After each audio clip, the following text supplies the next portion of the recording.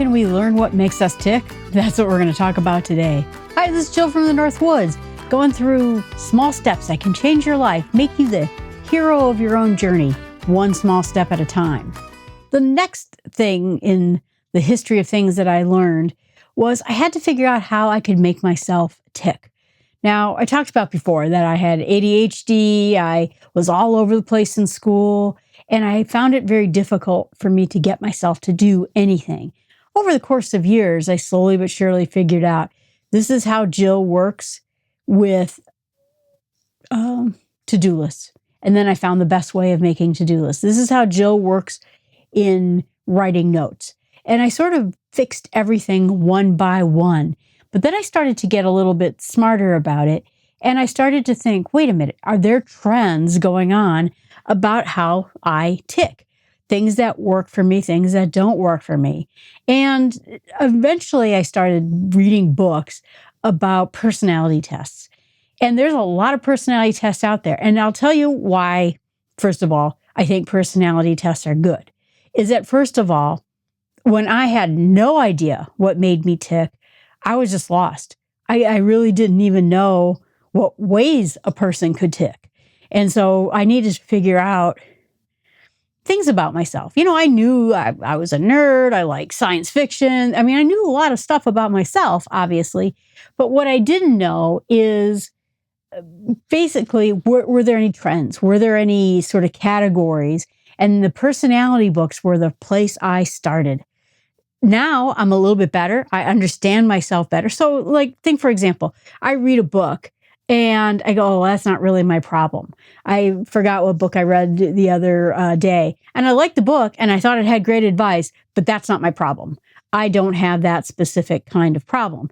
So I could learn from it, extract any good ideas out of it, but that's not what I'm going through. I'm very good at discarding that now that I understand a little bit more about me. So let me just kind of talk about some personality tests that, first of all, really helped me the most. And the first one was Myers-Briggs. And yep, you're going to be right if you say there's no scientific evidence behind Myers-Briggs. A lot of people, when you listen to complaints, and that part of it is, one, it's sort of a Carl Jungian theory of psychology, which I don't subscribe to. See, I was a psych major. I know all the theories. I don't believe in any of that. Secondly, sometimes people will say, well, all you're doing when you're taking personality tests is describing yourself, and then the book tells you, oh, you are you. Or maybe it's generic enough, like like astrology, where it'll say, oh, you like good things and you hate bad things. And it's so generic, it can't help you out. The thing that struck me about Myers-Briggs is, like I said, there's little or no scientific evidence about it. But for whatever reason, this personality test changed my life. Not going to go too deep dive in it. You can figure out, there's free ones online. But I was young and I was working for InterVarsity. And the head of HR called me and my best friend in. We're best friends, right? And we're just freshly out of college. And she says, you two strike me as very different people. I want to run the Myers-Briggs tests on both of you and then review your results together, because I think it's going to show you something kind of interesting. I think she saw where this was going. And we're like, okay. And we both generically liked quizzes and, personality tests. Like, I started out in those within magazines and, different kinds of squirrely personality tests that are really kind of squirrely. But she runs everyone in this company through the Myers-Briggs test. And when we got our personalities back, we were the exact opposite. So I am an ENFP, and that means I'm an extrovert. I look through intuitiveness compared to sensing. We'll talk about that one in a minute. I am more of a feeler than a thinker, and I'm good at perceiving versus judging. Now, my best friend, she's an ISTJ, introvert, sensing, thinking, and judging. So let's just talk about the first one. The first one is extroversion versus introversion. And the difference between them, there's all sorts of definitions out there. But the big one is introverts get drained by other people. and extroverts get wound up by other people. If you put me in like a conference, let's say like the conference I used to run for my work, by the time we hit day 4, I was wound like a clock. I mean, I stopped sleeping at night. I am just buzzing. But introverts, they get drained by the whole experience. And think about the pandemic. I was stuck in this house for as many months as my city said we weren't allowed to go see anyone. I was dying on the inside. I had no energy. I was just, and my friend was thriving in this to an extent because she could. Sensing versus intuition, thinking versus feeling, and judging versus perceiving. So I'm always very perceiving. One big test that it had in there was that someone who's judging is very good at making a final decision. Like I'm looking at 2 cars, and for me, I'm always gathering more information. I'm trying to get more perception. I'm talking to people. I'm trying to get that idea. I'm not going to go too much into this, but she said, you're the perfect friendship because you both counteract each other's strengths and weaknesses. You probably each think that you don't really like that the other person doesn't. You probably each think that the other person doesn't like you very much. But in fact, you both like each other very much. You just have different ways of showing it. So let me give you an example. There was one time when we were in college and she said, hey, I'm going home for some holiday. Will you please get my newspaper every day? And I said, well, don't you get your newspaper at home? Oh, yeah, but this is my newspaper. I pay for it. So I'm not a morning person. And so eventually I would oversleep one of those days or a couple of those days. I'd go downstairs and the paper would be stolen. Well, if you really cared about me, you would have woken up early to get the paper. And I'm like, wake up early, like 6 a.m. to get a paper you already read? I don't understand this, right? So she thinks, oh, Jill doesn't care for me because she's not willing to do the things that it is necessary for me to, that I asked her. Meanwhile, I'm someone who is on the feeling side of things, and how she relates to people is not in that same way. She does feel, but in just different ways and express it different. We took this test. She went over it for us. We have been best friends ever since then. We now have been best friends for decades, and we finally understand how each other's ticks. This test changed our lives. Like I said, it told us something about ourselves. And then I got really into it. Like there's all sorts of books about each of the personality types, how you tick, what makes you excited, what you're not really very good at. And I started shaping my careers based on the Myers-Briggs test. I would not pick a career that didn't kind of fit in my, right up my alley. So that is the first test that changed my life. The second test that changed my life is also one that has no scientific value. And that one comes from Gretchen Rubin. She wrote a book called The 4 Tendencies. And I learned about this book through her podcast. And so I took the test in it. And this one really changed kind of my more adult life of things. What it basically tells you is what makes you motivated to do something. Again, not scientific, but it works anyway. The idea is that there's 4 personality types, the 4 tendencies, and there are upholders. Upholders are really good to do internal demands, external demands. Whether work tells you to do something or you feel like you need to do something, you write it on a list and you get it done. I have to exercise today. Done. I wrote it on a list. They have to be careful about writing too many things on a list because they will drive themselves into the ground. My best friend is an upholder. The next personality type, and this is the largest group, is what is called an obliger. An obliger does things because other people expect them to do things. They are terrible about internal expectations. So I will not weed my own yard, but if you ask me to come over to your house and weed your yard, of course I'm going to help you. And I would do a darn good job of it, but I won't do it for me. I won't exercise for me. I won't eat healthy for me, but I will do it for other people. And so what I learned is at work, I did really well at work because other people have an expectation I get certain things done, and I get them done. I would never do them for myself, but I will do them for work. And so I uphold other people's expectations. And then there is the rebel. So if you tell them to do something, they don't want to do it. In fact, they might do the opposite. And the other one is the questioner. They will do it if they understand why they need to do it. Now, if you had asked me, I would have come in under the questioner because I'm very much like that. So I would do a ton of research about how to lose weight or how to eat better or how to exercise, thinking in my head, that's how I get myself to exercise, by learning how to do exercise properly and why it's good for you, and I will do it. And I never did. And it just made me ponder, how come I know exercise and eating healthy is so important to me, and yet I can't bring myself to do it? So then when I took this test and I realized, that's why. I don't even tick that way. That is not how I tick. So what I ended up doing is when I hired my trainer, I said, I do things because other people outside of me expect me to do them, and I get them done. And I said, all you have to do is ask me to exercise, do cardio on the days we're not meeting, and I'll do it. And it's true. And it works every time. And when I learned how my brain works in this particular way, I was able to actually get myself to exercise by using my trainer to get me to exercise. So those were the two big ones that were very, very helpful to me. And then the very last one that was very helpful to me was Strength Finders 2.0. I talked about it a little bit in the past, but essentially it's this inventory of things that people are good at, not good at. And we took this at my last company. And as a team, we figured out things that we were good at and things we were not great at. Because if you pay the extra bucks, you will get not just the top 5 things that you're good at, you will get the full category listing from top to bottom, and you'll see what you scored the least on and what you scored the best on. And I found that extremely helpful. The book itself comes with a code, and then you can buy an upgrade to the code so that you can get the full list.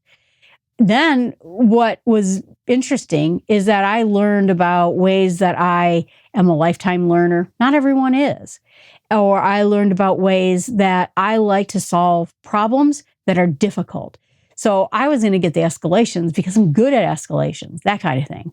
So I think that was the 3 top tests that changed my life. But there's a lot of tests out there. And if you don't like these particular tests or they just don't speak to you, understood, right? Because there's the big 5. There's also a lot of free tests out there for the big 5. Sometimes people call it the 5-factor mode or ocean. And the reason it's called ocean is its openness. Are you creative and curious, or do you like to just be in your own world? Conscientiousness. Are you organized and responsible, or are you kind of disorganized and you're really terrible at getting things done? Extroversion. Agreeableness. Am I good at getting along with people? Am I good at cooperation? Then neuroticism, and that has to do with emotional stability. And you come up with a score of that. And this one does have psychological evidence behind it. It is one of the most used psychology tests out there. And I think that it's particularly helpful in sort of determining, I guess where your leadership's at, what kind of jobs are good for you, that kind of thing. There's Enneagrams, and Enneagrams are sort of this interconnected personality types. There's 9 of them. And so you fall into one of these personality types. One is like a reformer, a helper, an achiever, someone who is a core motivator, that kind of thing. And a lot of people love Enneagrams. They find it really helpful, just like I find the Myers-Briggs helpful, because now they understand why they behave the way they do. And I sort of scored somewhere in the helper and the investigator. You could probably tell I love investigating things, but it'll tell you something to the extent like the helper craves people pleasing. Well, there you go, right? And then the thing that they hate is being unwanted or unloved. And their great need is to feel loved and needed. So it will give you those kinds of things. The individualist is introspective and feels the need to be significant, authentic, while rejects being without an identity or a place. I think where they fall is where they belong to a company where they're just sort of another a number in the employee list. They don't do very well. So this one tells you basically what you need, what you hate, and how your personality works. That one, I think I took it, and I have nothing against it, but it never really taught me something that I guess I didn't know about myself. And it could be because I took that one so late in my life, I already had a pretty good idea. Then the DISC assessment is another big one that's popular at workplaces. It is expensive to take, and I took it. It's dominance. So are you dominating or not dominating? Influential, steadiness, and conscientiousness. And I scored high on steadiness and conscientiousness, and I scored low on dominance and influence. It's another, like I said, a good HR test. I also did not find this one to be that useful for my life, for where I could walk away with it and sort of say, oh, okay, that's what makes me tick. I get it now. So another big popular one, particularly in the work world. There's something called the Hogan Personality Inventory. I have never taken this because I sort of looked around for what's popular right now. And what it does is it has something that was called the light side of personality and the dark side of personality, and gives you some traits and strengths. And there are some scientific evidence that this is predictive of job success. So, that's the big thing in psychology. I can call you a name, introvert, extrovert, something like that. But is it predictive of the things that you're going to do, the actions you're going to take? And so this is, again, another big test. But I'm going to try to find a test online and see if I can't try that one. And the Hogan Personality Inventory is used, again, like I said, primarily in the work world. I'm hoping there's another one out there. And then there's some expanded, essentially, types that you get out of there. Are you an adjustment person, confident, emotional, stable? Are you ambitious? Are you sociable? That kind of thing. And those surveys are, like I said, helpful if it gets you towards what you're avoiding, what you're dominant in, what you're compliant in, or what you're just trying to get away from. So, for example, you might be someone who's excitable and bold, but maybe not very diligent, that kind of thing. And then there's something that is called the MVPI, Motives, Values, Preferences Inventory. And so that's trying to drive at what is the core drivers in your life. Do you need recognition? I don't really need recognition. Do I need power? No, I'm not a very big power person. Do I need to have fun? Well, I like to have fun, but I don't need that either. Oh, altruism. I do. I have a huge score when it comes to altruism. Security. Oh, I have a huge desire for stability and predictability. And that came from the fact I didn't have that growing up. So that is another good test. I found that one to be very interesting to me.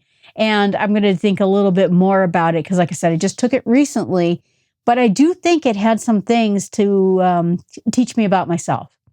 So I think that the whole idea when you're taking personality tests and wondering how you tick, the real reason for all of this is you want to see if you can't figure out, because these books are very good, all these quizzes out there. Like I said, the Myers-Briggs probably the most, although Enneagrams has a ton of stuff too.